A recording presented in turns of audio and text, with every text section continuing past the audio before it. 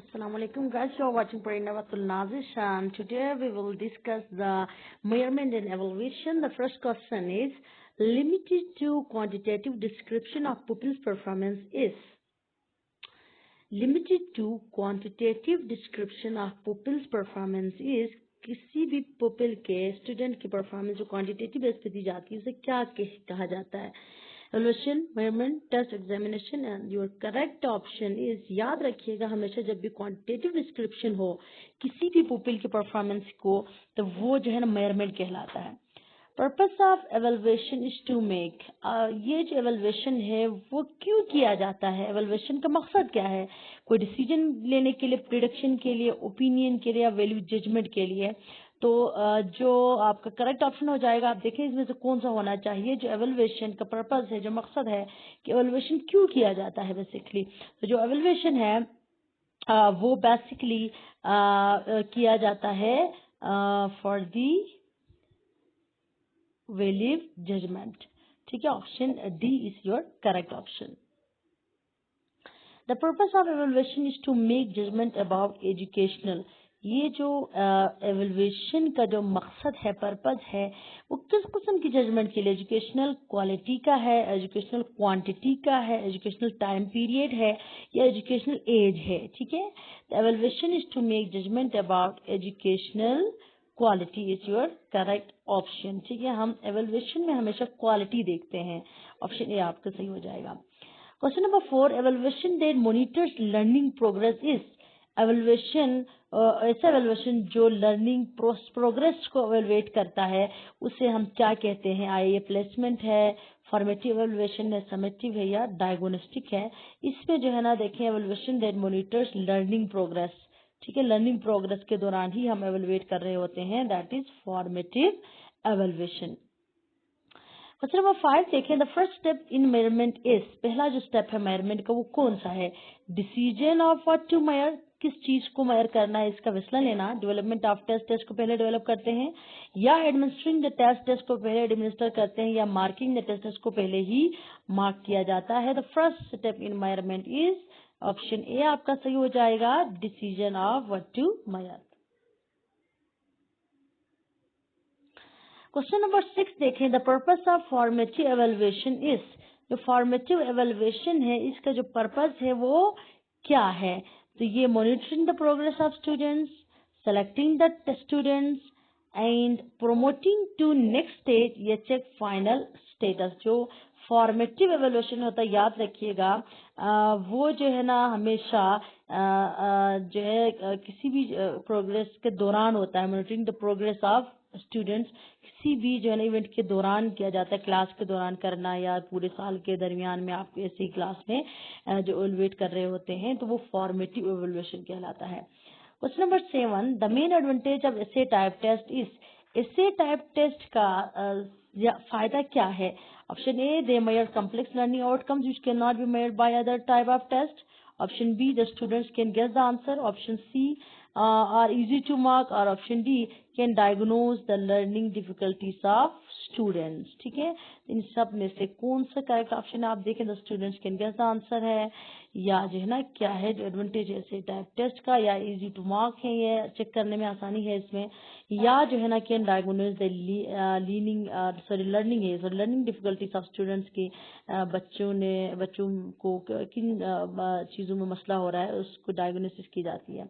तो आप खुद देखें इसमें क्या होना चाहिए। ऑप्शन ए को जरा देखें, they measure complex learning outcomes which can not be measured by the other types of test is the your correct option, that is option A आपका सही हो जाएगा। Okay okay, next this is to assess achievement at the end of instruction is, achievement को हम check करें अगर किसी भी इंस्ट्रक्शन के आखिर में अगर हम कोई टेस्ट लेते हैं तो वो प्लेसमेंट कहलाता है, फॉर्मेटिव असेसमेंट कहलाता है, डायग्नोस्टिक कहलाता है या समेटिव कहलाता है। लफ्ज समेटिव को रिलेट कीजिएगा, ये हमेशा आखिर में होता है। Summative assessment is your correct option, that is option D. Worst of all in scope is, इन सब में से स्कोप में कौन सा बड़ा है। टेस्ट बड़ा है, मेजरमेंट है, असेसमेंट है या एवेल्युएशन है। देखें, टेस्ट, मेजरमेंट, असेसमेंट या एवेल्युएशन, कौन से स्कोप में सबसे ज्यादा होता है? टेस्ट आपको पता है माइनर लेवल में होता है, measurement, and the option is D, evaluation जो वैल्यू में जो ली जाती है। अच्छा, क्वेश्चन 10 देखें, द लीस्ट इन स्कोप, सबसे कम जो है स्कोप किसका है? टेस्ट का है, मेजरमेंट का है, असेसमेंट का है या एवेल्युएशन का है? तो ऑप्शन ए आपका सही हो जाएगा, टेस्ट। क्वेश्चन 11 देखें, permanent difficulties in learning are investigated in, जो परमानेंट डिफिकल्टीज होती है किसी भी स्टूडेंट की लर्निंग के दौरान, उसको किस टाइप ऑफ एवेल्युएशन में इन्वेस्टिगेट किया जाता है? तो A summative, B diagnostic, C summative evaluation, in none of the above, या उसमें से कोई भी नहीं है। लफ्ज डायग्नोस का मतलब जो है ना बच्चे होता है तशखीस करना किसी भी मामले में, तो बी है, हम मामले की तशखीस करते हैं, ऑप्शन बी सही हो जाएगा। क्वेश्चन नंबर 12 देखें, in which question marking will be more reliable, marking किस में आसान होगा? कंप्लीशन में, शॉर्ट आंसर में, एमसीक्यूज में या ऐसे टाइप टेस्ट में? तो ऑप्शन सी हो जाएगा, एमसीक्यूज में सबसे आसानी से आप मार्किंग कर सकते हो, रिलायबल भी है, इसमें जो है मूड शामिल नहीं होता एग्जामिनर के, या कोई और वजह शामिल नहीं होती है। क्वेश्चन 13 देखें, इन multiple choice items the stem of the item should be, जो मल्टीपल चॉइस आइटम्स जो होते हैं उनमें स्टेप क्या होना चाहिए? लार्ज होना चाहिए, स्मॉल होना चाहिए, मीनिंगफुल होना चाहिए या रेलिवेंट होना चाहिए? आप खुद सोचिए कि स्टेम जो है ना, याद रखिएगा कि किसी भी एमसीक्यूज के जो स्टेटमेंट होता है उसे हम स्टेम कहते हैं, ठीक है। तो ये जो अभी क्वेश्चन नंबर 30 लिखा है इसे हम स्टेम कहेंगे, it must be meaningful, option C सही है। क्वेश्चन नंबर 14 देखें, test very popular with the classroom teacher is, ऐसा टेस्ट जो क्लासरूम टीचर के हवाले से बहुत ज्यादा मशहूर है, वो कौन सा है? ट्रू फॉल्स है, कंप्लीशन है, मैचिंग आइटम्स है या एमसीक्यूज है? तो ऑप्शन डी हो जाएगा, एमसीक्यूज टाइप ऑफ टेस्ट सबसे ज्यादा दुनिया में लिया जाता है। एंड क्वेश्चन नंबर 15 देखें, frequently use tools of summative evaluation is, summative evaluation का सबसे ज्यादा जो इस्तेमाल होने वाला जो टूल है वो कौन सा है? समेटिव एवेल्युएशन के लिए जो हम इस्तेमाल करते हैं वो टेस्ट है, टीचर ऑब्जर्वेशन है, डेली असाइनमेंट है या ओरल क्वेश्चनिंग है? देखिए कि used for summative evaluation is, frequently बार बार हम इस्तेमाल करते हैं, ठीक है, और टीचर ऑब्जर्व करके कर लेता है या डेली असाइनमेंट ले लेता है या जो ओरल क्वेश्चनिंग करता है या टेस्ट लिया जाता है। तो test is your correct option A. Question 16 देखें, the most widely used format on standardised test in USA is, जो स्टैंडर्डाइज्ड टेस्ट लिए जाते हैं यूएसए में उसका जो फॉर्मेट है सबसे ज्यादा कौन सा इस्तेमाल होता है ये यूएसए में जो है ना? तो देखिए मल्टीपल चॉइस है, ऐसे टाइप है, मैचिंग है या शॉर्ट आंसर है? तो आपका जो है ना आंसर ए हो जाएगा, मल्टीपल चॉइस बहुत ज्यादा इस्तेमाल होता है यूएसए में स्टैंडर्डाइज्ड टेस्ट वगैरह लेने के लिए। क्वेश्चन नंबर 17 देखिए, which questions are difficult to mark with reliability, इनमें से कौन सा जो क्वेश्चन है उसमें रिलायबिलिटी नहीं होती कि, या जो चेक करना काफी मुश्किल हो जाता है एग्जामिनर के लिए, ठीक है, बहुत सारे स्टूडेंट्स के क्लास में चेक करना है, उन तमाम को जो है सही मार्किंग भी करनी है, एमसीक्यू से, शॉर्ट आंसर से, स्ट्रक्चर्ड एसेस है या अनस्ट्रक्चर्ड एसेस हैं? आप खुद देखें एमसीक्यू तो ईजी है, शॉर्ट आंसर आपको पता है ईजी है, स्ट्रक्चर्ड एसेस भी इतने जो कोई है मुश्किल नहीं होते हैं, बट ऑप्शन डी आपका सही हो जाएगा, unstructured essays are difficult to check or mark with reliability. Okay, question number 18 देखिए, projective techniques are use to measure, जो प्रोजेक्टिव टेक्निक्स होती हैं वो किस लिए इस्तेमाल होते हैं? एप्टीट्यूड के लिए, इंटेलिजेंस के लिए, नॉलेज के लिए या पर्सनालिटी के लिए? तो projective techniques are use to measure, जो प्रोजेक्टिव टेक्निक्स होते हैं वो किस चीज के लिए इस्तेमाल होते हैं? एप्टीट्यूड के लिए, इंटेलिजेंस के लिए, नॉलेज के लिए? ऑप्शन डी है, पर्सनालिटी के लिए इस्तेमाल किए जाते हैं। ऑप्शन 90, क्वेश्चन नंबर 19 देखें, test meant for prediction on a certain criteria are, वो टेस्ट जो प्रिडिक्शन के लिए इस्तेमाल होते हैं सर्टेन क्राइटेरिया जो है ना, prediction on a certain criteria are, achievement test हैं, ये पर्सनालिटी टेस्ट हैं, एप्टीट्यूड टेस्ट है या नॉन स्टैंडर्डाइज्ड टेस्ट है?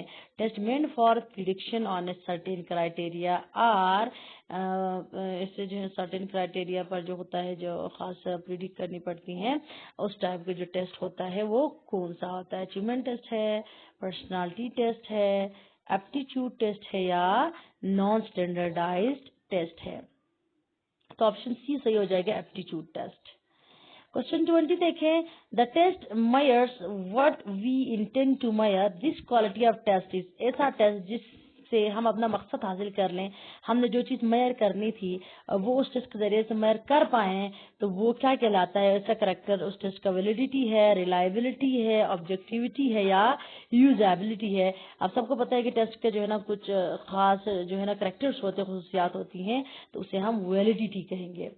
क्वेश्चन नंबर 21 है the test made to compare the performance of student with other students is. ऐसा टेस्ट जिसमें हम जो है ना एक बच्चे के परफॉर्मेंस को दूसरे स्टूडेंट्स के जो है ना परफॉर्मेंस से कंपेयर करते हैं, वो हम क्राइटेरियन रेफरेंस टेस्ट में लेते हैं, नॉर्म रेफरेंस में, अचीवमेंट टेस्ट में या डायग्नोस्टिक टेस्ट में।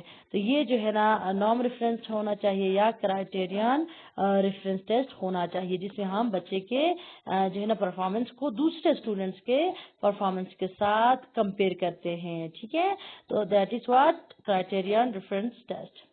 द टेबल ऑफ स्पेसिफिकेशन की अगर हम बात करें, थोड़ा सा इंट्रोडक्शन में आपको बता दूं, टेबल ऑफ स्पेसिफिकेशन आपने सुना होगा, ये एक बेसिकली टूल है use to ensure that a test और assessment measures the content and thinking skills. यानी कि ऐसा टेस्ट जिसमें ऐसा असेसमेंट ले ले कि जिसमें बच्चे के कंटेंट को भी चेक किया जाए, ठीक है, और थिंकिंग स्किल्स को भी चेक किया जाए, और उन तमाम चीज़ों को जो इंटेंट टू मेयर जो भी हम मेयर करना चाहें उसके जरिए से टेस्ट मेयर कर लें। That is the table of specification जो है ना helps the test constructor to focus. ठीक है, वो जो है टेस्ट कंस्ट्रक्टर को फोकस करने में मदद देता है। इस तरह से टेबल ऑफ स्पेसिफिकेशन बनाई जाती है। आप देखिए knowledge comprehension, application, analysis, synthesis, evaluation तमाम को चेक कर सकता है।